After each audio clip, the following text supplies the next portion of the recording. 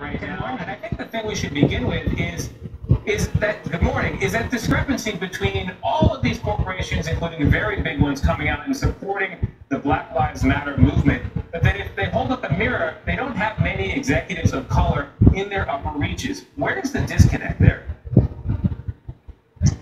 You point out an excellent point, and that is that words are cheap. They're talking about this issue. Now they have to back it up. This issue has been one where we've seen more lip service than elbow grease, in my opinion. And companies right now have to get their houses in order. People are going to hold these institutions accountable. And the place that it starts is the board of directors. The board of directors have to hold the leaders of these organizations accountable around these issues of diversity, which they state on their own are vital to the long-term success of the business. So how would that work? You mentioned CEO pay packages potentially being tied to outcomes on diversity. How would you reward meeting those targets? In corporate America, we know a lot about incentives, and you get what you incent.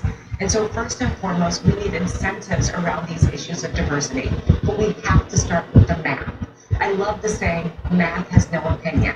So what do we need to do? Count. We need to count and start with people.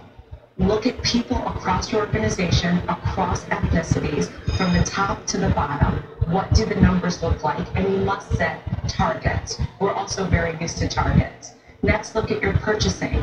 Where do you do your business? Are you inclusive of minority businesses? And last, the third P, philanthropy. Where do you give your money? Now, we're hearing a lot about philanthropy right now, but to me, that's the tail that's wagging the dog. That's external. We need to go back internal again. Fix your own house.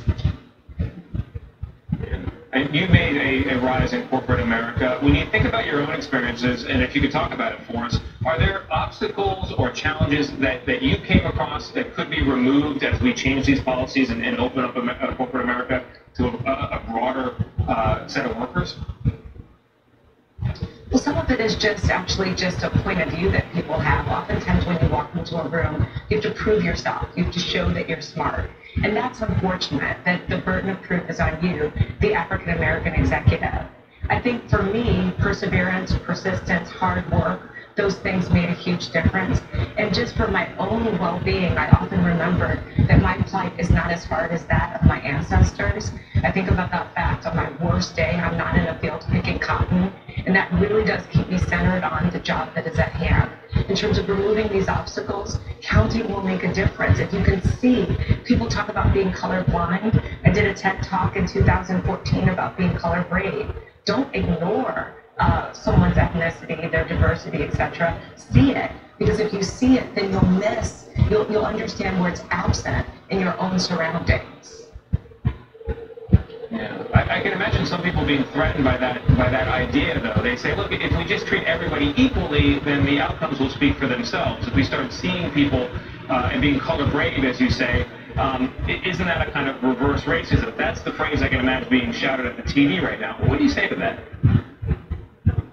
I wish people were treated equally, but that's not the case in our society. There is systematic racism in our society. Recent events and the civil unrest that we've seen in the streets proves it. Not to mention the fact that I know when I walk in the room, my race is one of the first things that people see. I'm Black first. And so to say that you could be colorblind, to say that all things are equal, I think is just not, it's just not true. It's just not the way the world works. What's the timetable, realistically, that we should hold corporate America to make these changes? Certainly there's a sense of urgency right now, and I think we have to capture this moment. It's very, very important that we not let this moment go. So I think right now corporations need to do the work, to understand they again need to set the targets, not just make the statements, but hold their leaders accountable. So I think if we do that, we will see a dramatic change in the next 3 to 5 years. And that change will be meaningful for generations to come. Right now, nobody seems we have a lot of talk and not a lot of action, but you've got some good ideas